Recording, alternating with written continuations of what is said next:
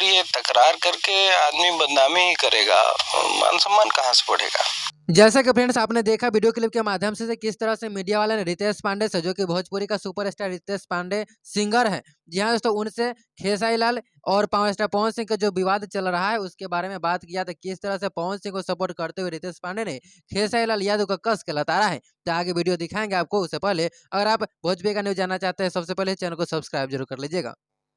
झगड़ा खराब चीज है ना, कोई भी एक आम इंसान भी बोल देगा कि झगड़ा खराब चीज है और प्रेम प्रेम व्यवहार अच्छा संबंध अच्छी चीज है। जैसा कि आपने देखा कि किस तरह से रितेश पांडे, जो कि सुपरस्टार है भोजपुरी का, उन्होंने जवाब दिया है कि झगड़ा लड़ाई के बारे में किसी आम इंसान से भी, किसी बच्चा से पूछेंगे तो बता देगा कि झगड़ा लड़ाई सही चीज नहीं है, गलत बात है। लेकिन वो दोनों सुपरस्टार हैं, फिर भी वो लोग को समझ नहीं आता है और आपस में लड़ते रहते हैं। चलिए आगे दिखाते वीडियो कि रितेश पांडे ने क्या कुछ बोला है पावर स्टार पवन सिंह और खेसारी लाल के बारे में।